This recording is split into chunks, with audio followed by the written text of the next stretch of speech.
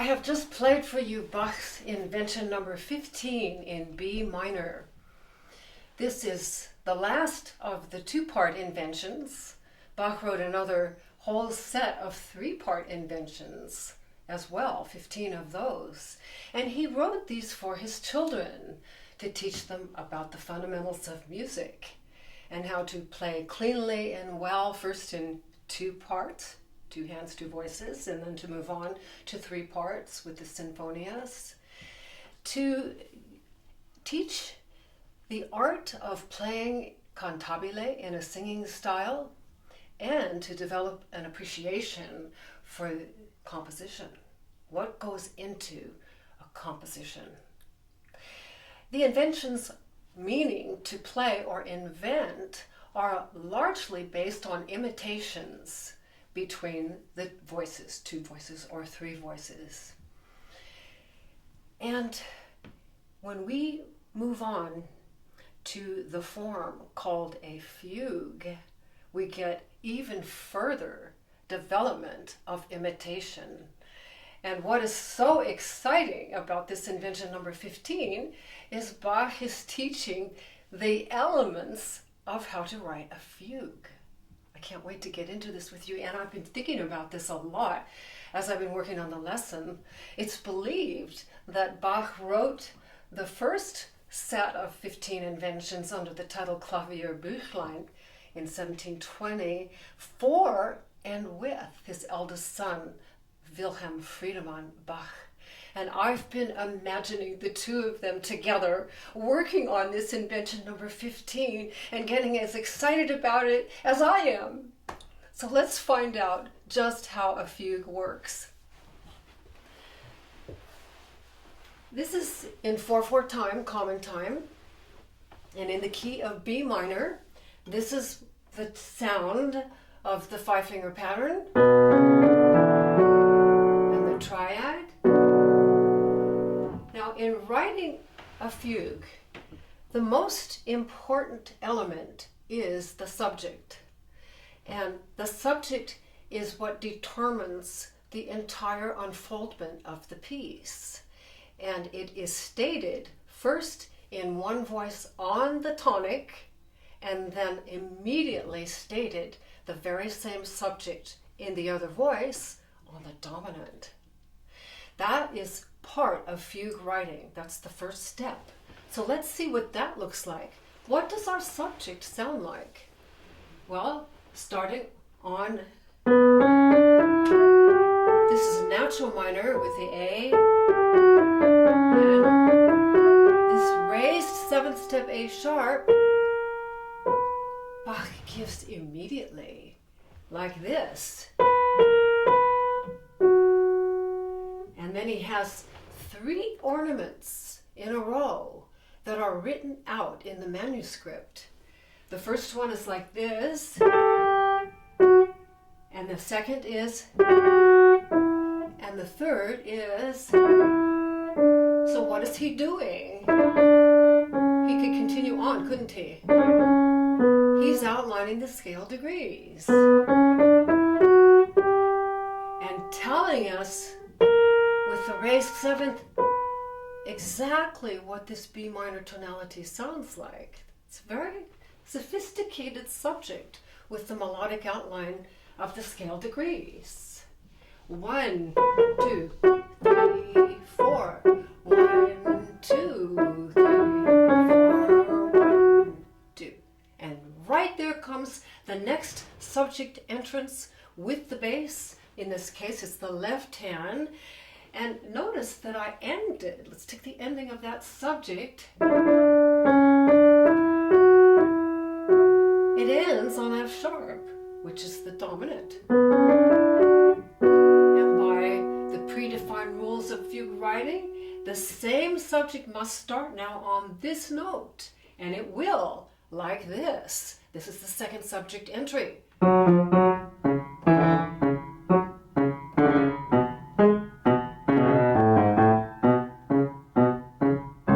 Ending on dominant F sharp. And guess what? 1 octave, 2 octaves, 3 octaves above, Bach has given one more subject entry on the dominant F sharp, again for the soprano, like this.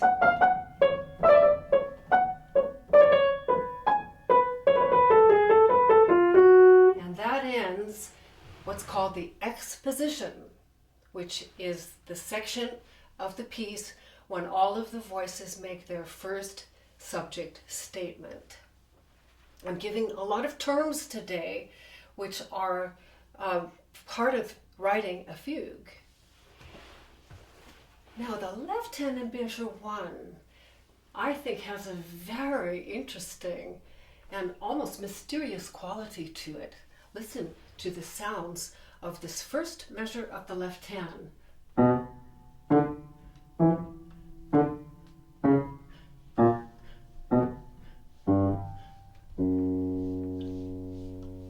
It tells a story right there, doesn't it?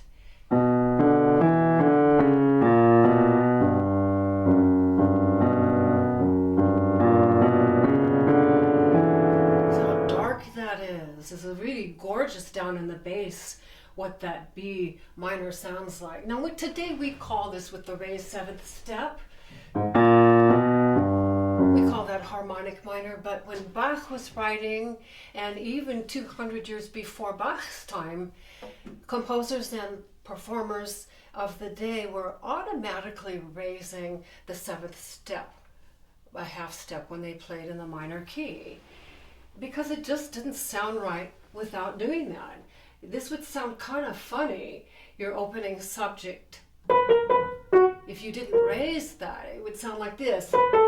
It just doesn't sound right. So our ears are accustomed to that raised 7th step. 1, 2.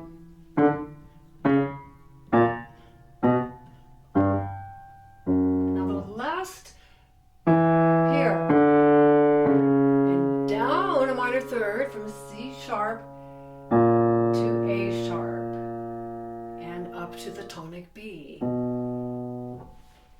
Bach is given, I think, a secret code with this measure 1 of the left hand, because what comes next in measure 2 is the third element called the counter subject.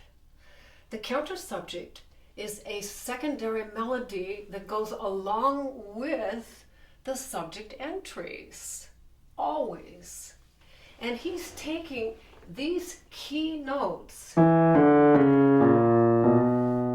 putting them and again. Those intervallic patterns are the same, but they're starting on the dominant of F sharp minor, but it came all from measure 1. So now if I put everything together and I play these 3 entries, now there's another term here called the answer. There's a lot of vocabulary when we talk about a fugue, and this is really a great piece to learn about these elements of what a fugue is. Bach, as you may know, with the Well-Tempered Clavier, Bach wrote 48 preludes and 48 fugues, and these are based on 4 voices, writing in the form of a fugue. And generally, when Bach does that, the subject always starts on the tonic, and then the next voice on the dominant is called the answer. And then you'll have, if you have 2 more voices, you'll have the subject on the tonic and the answer on the dominant. So tonic, dominant, that's fugue structure. Bach is doing the tonic dominant and another dominant. So I have one more thing to say on this. I'm saving for the end of the exposition, but I'm going to play it first for you, and then we'll talk about that last element. Here's everything as written, and listen to the touch here. I will digress just a little bit. Talking about how to shape this subject is really an important part of the expression and the interpretation. And playing as Bach asks, cleanly and well, How do you play well? Well, you have articulation, the notes are even, they're placed the way you want. And in this subject, I talked about the 3 descending ornaments. These are trills. In between the first trill and the second, we have this interval of a 4th. F sharp up to B and down to F sharp. The next trill, we have now down to E up to C sharp, and that makes a 6th. So in between the trills, all the way through this piece, are broken intervals of 4ths and 6ths. It's a fascinating subject, how he's constructed 3 trills and in between broken 4th, broken 6th. So I, in my mind, divide this up in my hearing and in my practicing. Trill 1, and now light and detach the broken 4th. Trill number 2, light and detach the broken 6th. And trill number 3. And the tail. Same thing with the left hand, now coming in as the answer on the dominant F sharp. Trill number 1 and the broken 4th. Trill number 2, broken 6th. Trill number 3. Now this has an extended tail. 2 more beats, at which point we have our 3rd subject entry also on the dominant.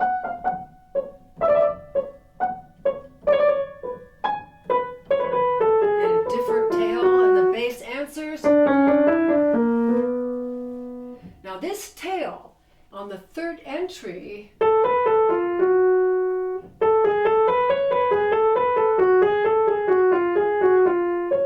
the counter subject in measure 3. In the soprano, 1, 2, 3, 4, 1, 2, 3, and there's that outline. And actually, that's the note we want.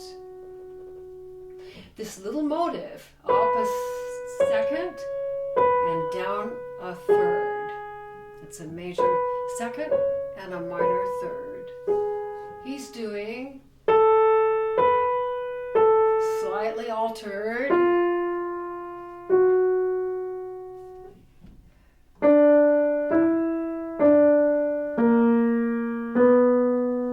So he has our 2 keys, the F sharp minor tail and the B minor tail.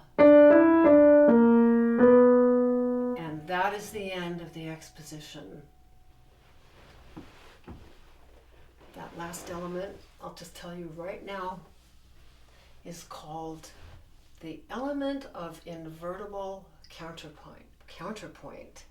And what that means is if a piece is well written and works well as a composition, you can put the subject below the counter subject or above it. You can switch positions of counter subjects and they work equally well. And that's what Bach is also showing in this exposition by repeating that opening subject on the dominant twice. So here's the opening. Bouncy, bouncy. Here's the answer in the bass on the F sharp dominant.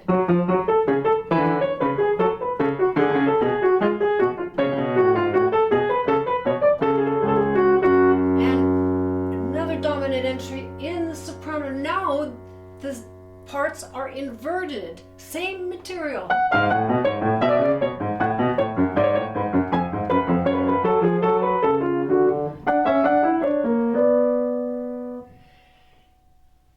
I'm going to show you what I'm looking at. It's a great pleasure for me to show you this brand new engraving that I made. This is page 1 of a 2-page chart. I'll show you the 2 pages because you get this color version of the main file that I'm giving the lesson from today. It looks like this. That's the entire piece. All marked up with the sections of the fugue, with all of the subjects in red, all of the counter subjects in blue.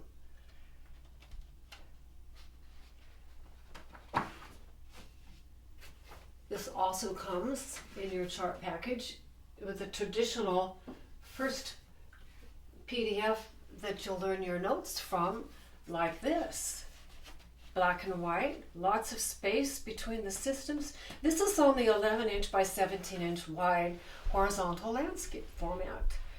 And I take the notes from public domain and I put them in a new order. You'll not find this arrangement anywhere else with any other edition because I invented this. It has not been done before. And notice at the end of this first system, system 1, system 2, system 3, is no bar line.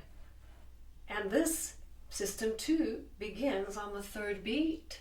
And I did that by design because this is where the third subject entrance comes. First subject here in the soprano, second subject entrance on the dominant in the bass with the extended 2 beats I talked about, which then puts the third subject entrance of the soprano beginning on the third beat and not the first. Very interesting.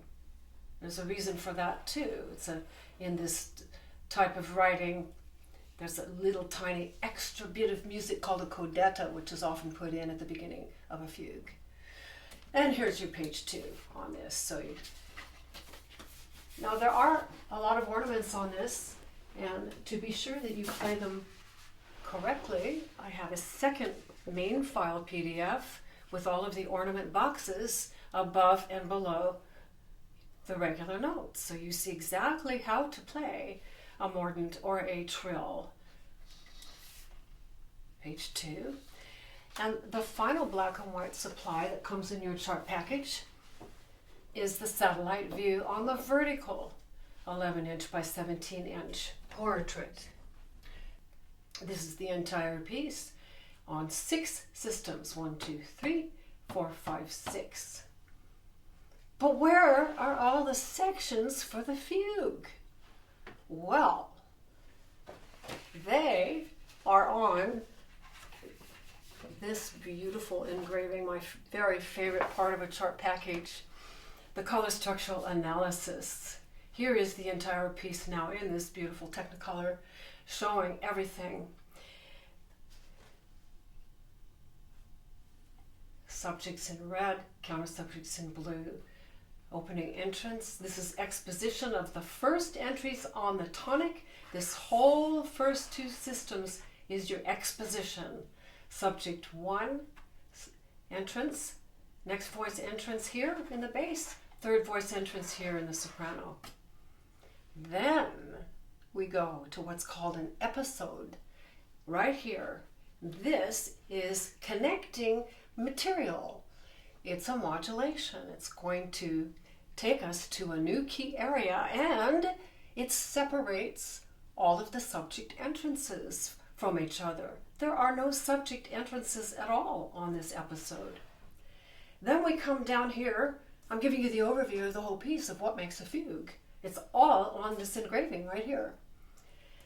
Our relative major, D major, and this is called the mid entries.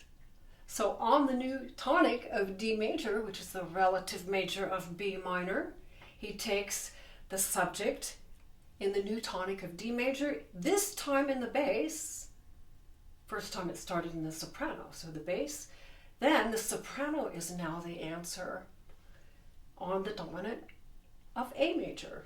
So this is a typical fugue construction. Needs to be there. A tonic and a dominant.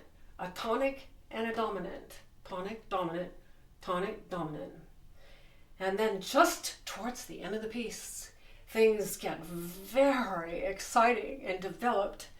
And this passage is functioning again to separate out those subject entries. It's wrapping up the piece. It gets very turgid and complex, and it's almost like a Stretto-like writing when the subjects pile on top of each other without the previous one being fully finished. And as you can see right here, all of these greens, this is built on the basic idea of the tail of our opening subject, which I put in green here.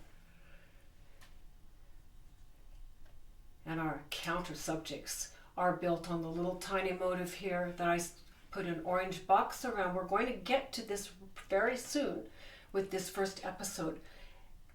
And to finish up this right here, and these are all the links of the systems, 4.5 measures long for the first system because of that extra 2 beats there and here, and then 4, 3.5, 2.5. That means open measure, and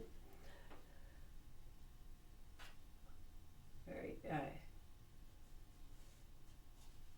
interesting on that. And then finally, our final entries, always back on the tonic, and this time our bass has the subject in B minor and the soprano also on B minor. And that is your piece. A little tiny bit of a coda for the end, hardly anything. And then your final PDF. And you can get this entire chart package as digital downloads from my website, sallychristianmusic.com. You simply take your PDFs to your local print shop and have them printed on heavy 60-pound cardstock. You'll love them. They'll last forever. They have body. They don't bend on the music rack. This is the final supplement made on the satellite view orientation. The addendum that goes into the subject trills in depth for you to practice from this, with the trills, broken fourth, the trills, broken sixth, and the trills. And this shows you that there are 7 subject entries for the piece. You can see how very prevailing these subjects are. That's one of the characteristics of a fugue, is the continual appearance of a subject. In fact, the word fugue, the root of it, comes from 2 words, fugere, which means to flee, or fugare, which means to chase.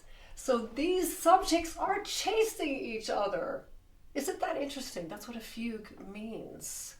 Or fuga in Italian and Latin, or fugue from the 16th century French.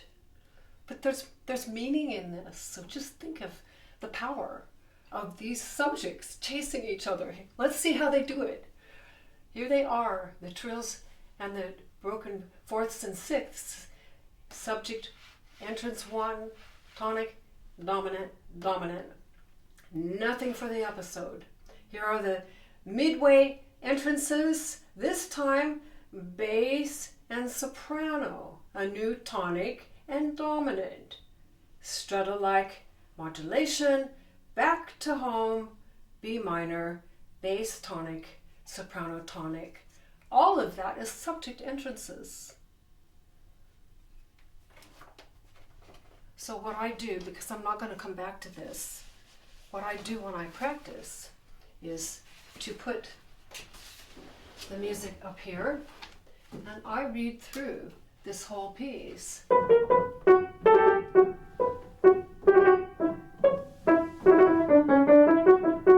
then the bass.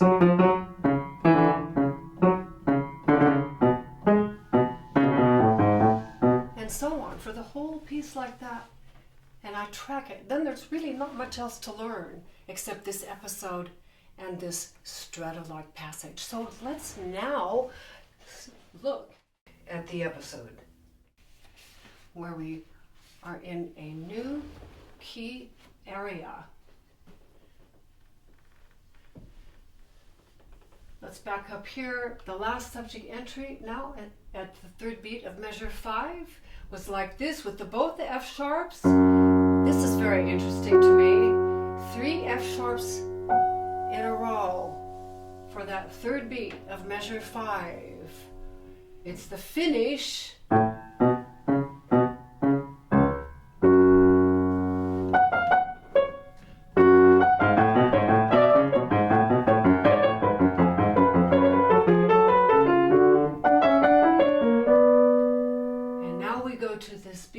episode which is built on that counter-subject motive.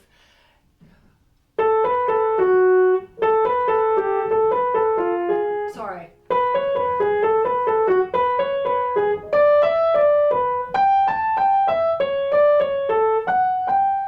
It's all over the place. Let's take this right hand alone here on measure 8.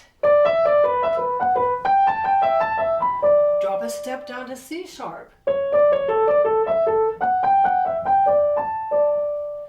This is called a sequence, when we take material and repeat it exactly down a step or up a step. And it's serving to modulate to the new key. We don't know at this point what key we're in. Sounding an awful lot like D major, isn't it? And now we have a new pattern here in measure 10 of non-stop motive, that little circular motive from the counter subject, like this.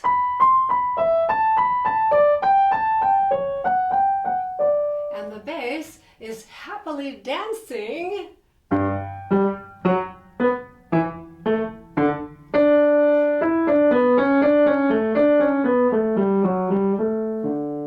What did that sound like to you? Yes, it is the D major scale, and we have clearly modulated.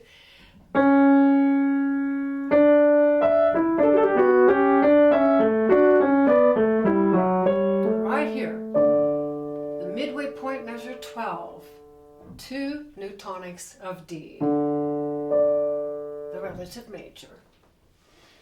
I'd like to play this bass line for you starting at the beginning of the third system with our episode, our sequence, and listen that this is built on 4 notes descending, and he jumps down the octave to the E to E, and jumps 4 up, now jumps up to the G, 4 down an octave to the D, and 4 up. Now if he didn't do that, it would sound like this. So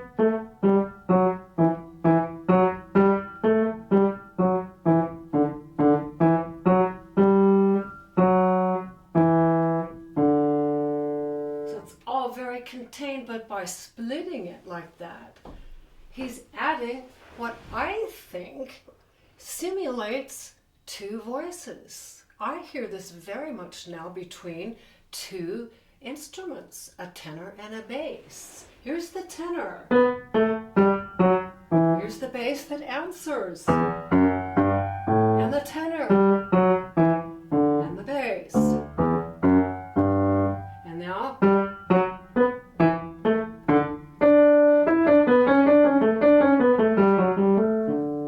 if we put that all together now, we have some beautiful counterpoint with the 2 parts. With the motive of the counter subject in the soprano.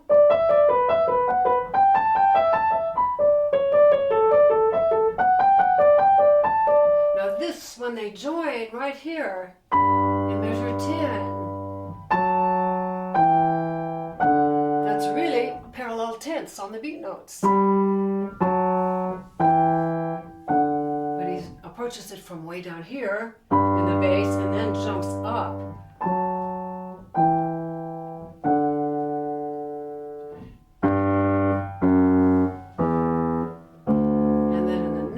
The soprano answers, but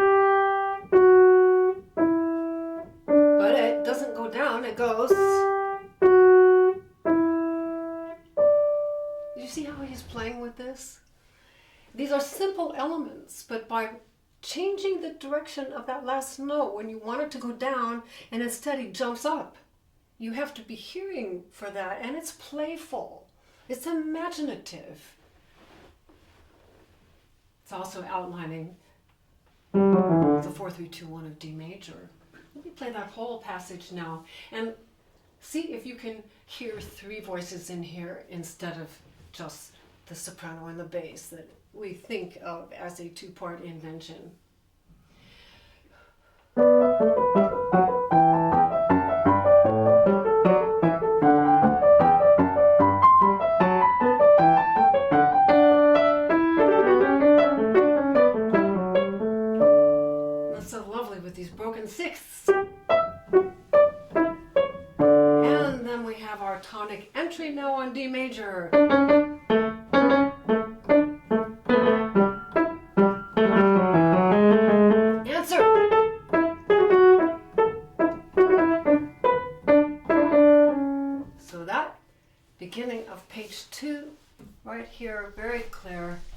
your mid entries, the subject in the bass, and the answer on the dominant in the soprano, and the counter subject first here, and then down here.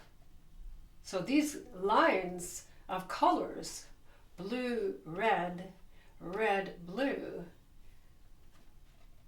that's the function of that invertible counterpoint, although these are on different key areas.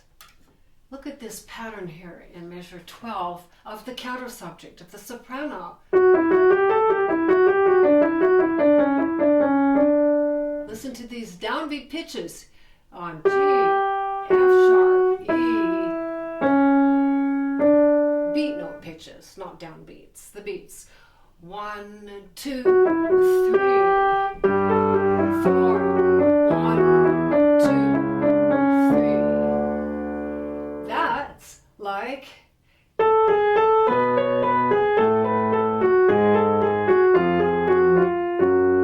except now on the D major. Very interesting then. And then when the next measure comes, we have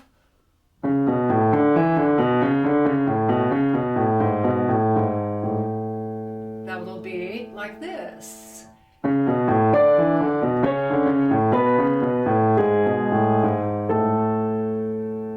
So he's got that continuation of hidden melodic intervals that's consistently heard in all the counter subjects, and it all came from the idea of measure 1 of the left hand. So think about that. That's all written for you in the music. And now we come to our Stretto-like passage, and this is the third beat of measure 15. And there is a lot of information here for the pianist to track. This is where things get really interesting and complicated. So I'm going to spend a fair amount of time dissecting this. Let's take a look at what this looks like here. We're talking about this second system right here. Okay, you see an awful lot of marks in here, and let's just take this one at a time and see what it all means. First, I'm going to start with the bass on the third beat. Up an octave, down an octave. Now, where did that come from? That came from over here, our first episode, with those 4 notes down, 4 notes up. So there is continuity between this first episode, and you could call this Stretto-like passage also another episode. It's a connecting modulatory passage, but I hear it more of a stretto with the hidden imitations of the soprano tail. Now, what's really fascinating in here is he's giving us, I'm going to play the beat note pitches of on the half notes, on 3, 4,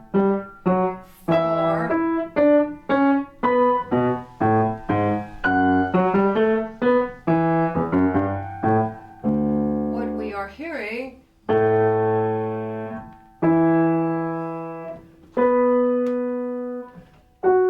that is the circle of fifths.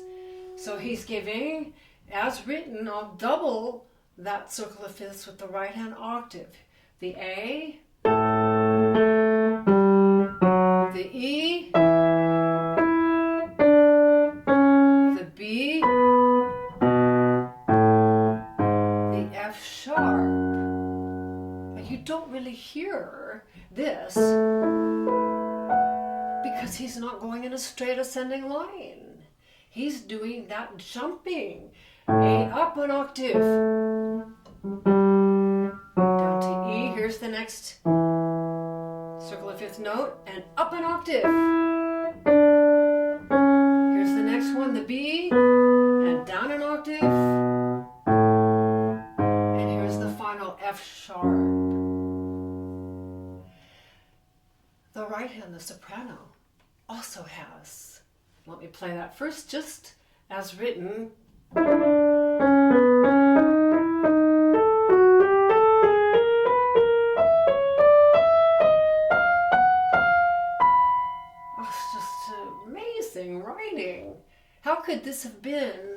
original version came out in 1723, which is the official autograph that we use today. And to write like this in 1723, I hear this is very contemporary. This sounds easily.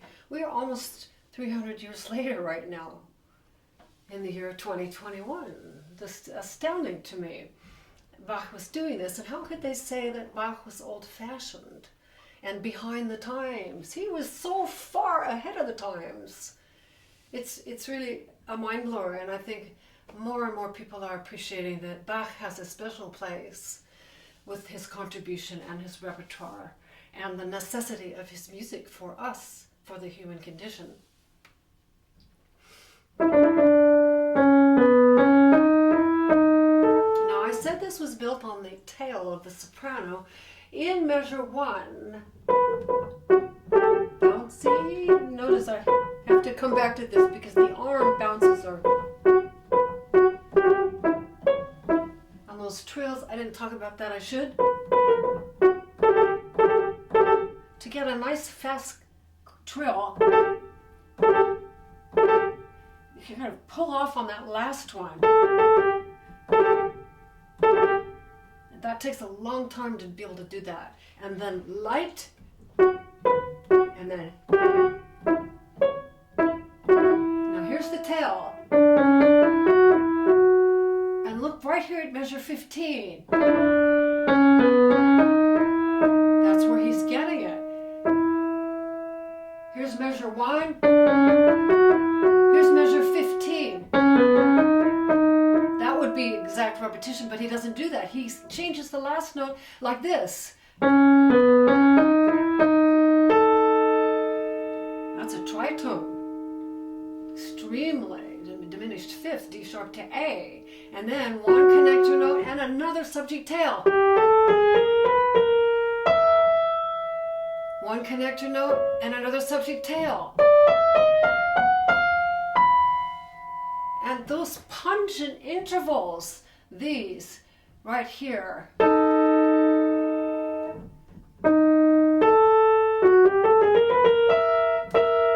Diminished fifth, A sharp to E. Another diminished fifth. Why is he doing that? It's extremely tense. There's so much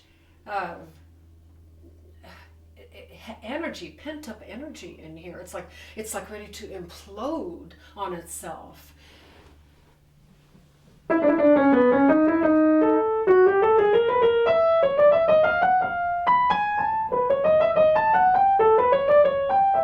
That's the whole passage. I'm going to double now with my left hand the notes that make the pattern of what's really going on. Sounds awful, doesn't it?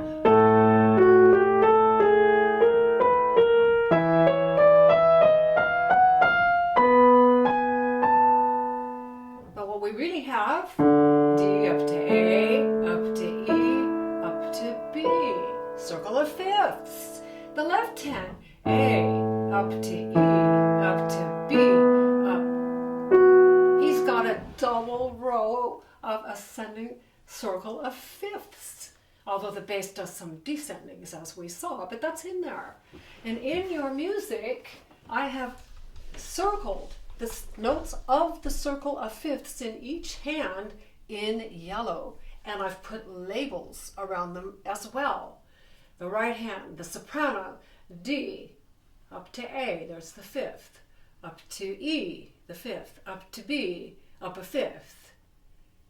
The left hand, the bass, A, up a fifth to E, up a fifth to B, it's really down a fifth, but the pattern of the circle of fifths, the next note up would be up to F sharp. Double circle of fifths. Astounding thinking. Do you think Wilhelm Friedemann appreciated that? I'm sure he did. He may have helped to think of it. Who knows? It's nice to contemplate these things. The left hand alone, again, could be this tenor and bass idea. Let's listen to this. And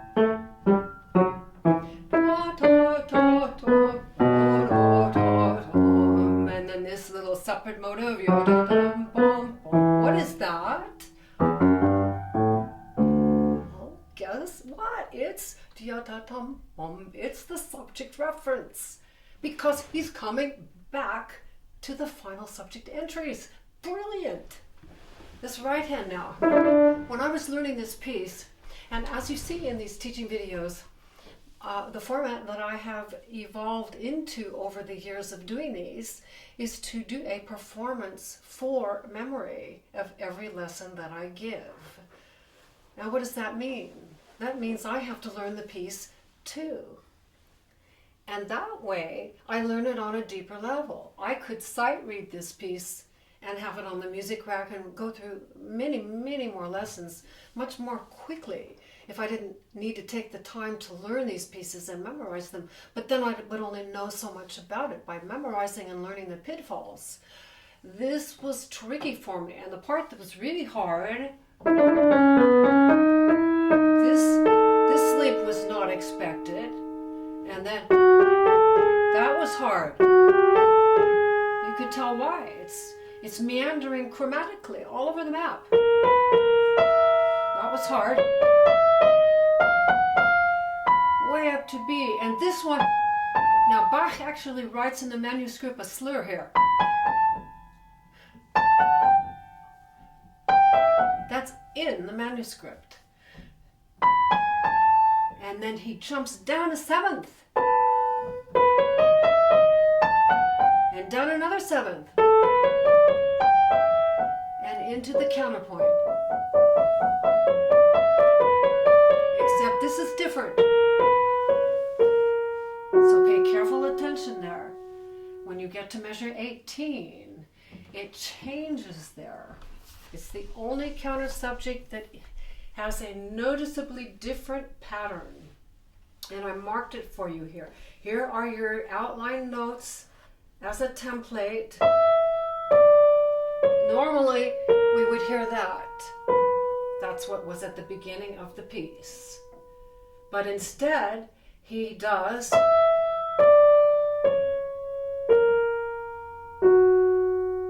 and then when the invertible counterpoint appears for the last time here, bass that's blue and red, and then the parts flip, red and blue, he does this blue counterpoint with the note pitches we are used to hearing for the counterpoint.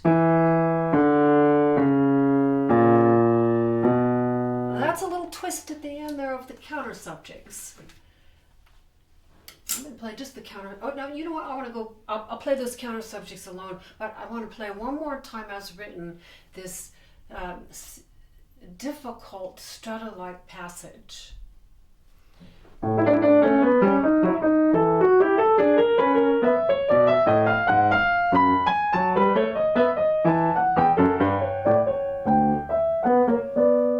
So when this comes, that sounds like D major to me.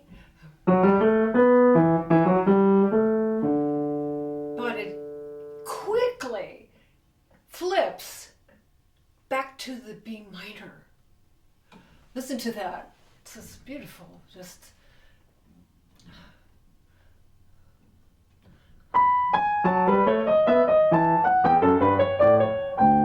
right here.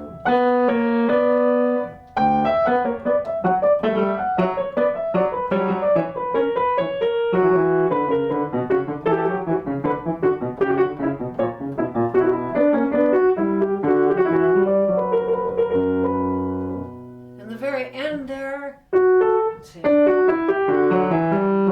how they're chasing each other? Even those endings is fugare, chasing. I love it. So the counter subject by itself, there, measure 18 in the soprano. And the answer in the bass.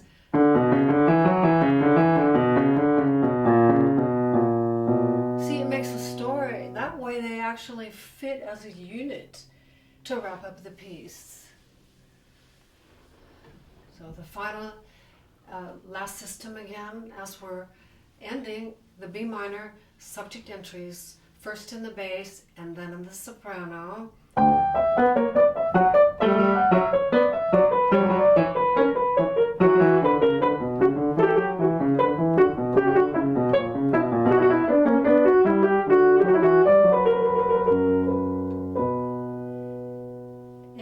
on the tonic B and B, 2 octaves apart.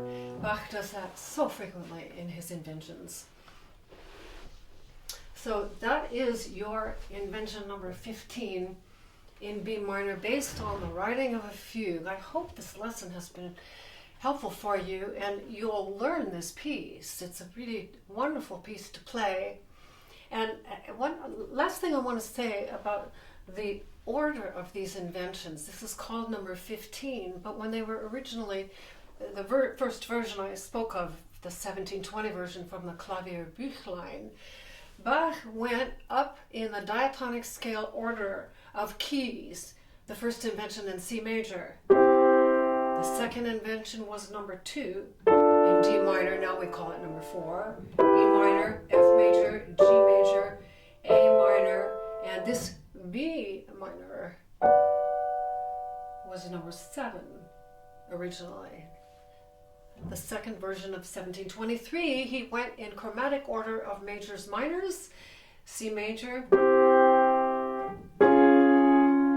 C major, C minor number 2, D major number 3, D minor number 4, E major, E flat major,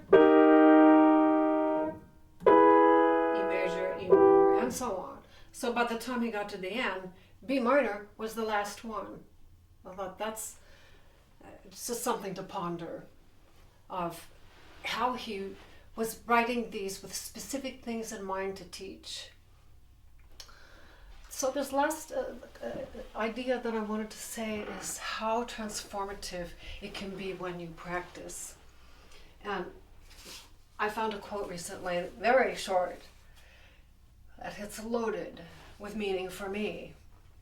Music rearranges our emotions, our moods, and our entire outlook. And I have found that to be so true. I can be just a little bit off during my day and little tiny things will bring me down. And sometimes I just get to the point where I just can't deal with anything. But if I go to the piano and start to play even the smallest piece, and Bach never fails to lift my spirits and give me a different outlook. And that's what this music is for you. It's a gift to yourself to elevate your whole energy, your psyche, your vibrational frequencies, the amount of joy that you are feeling. Life, to me, the measure of success is not in the things, but in the amount of joy that I feel. And I hope you feel the same amount of joy every time you go to the piano and play this wonderful music. Thank you.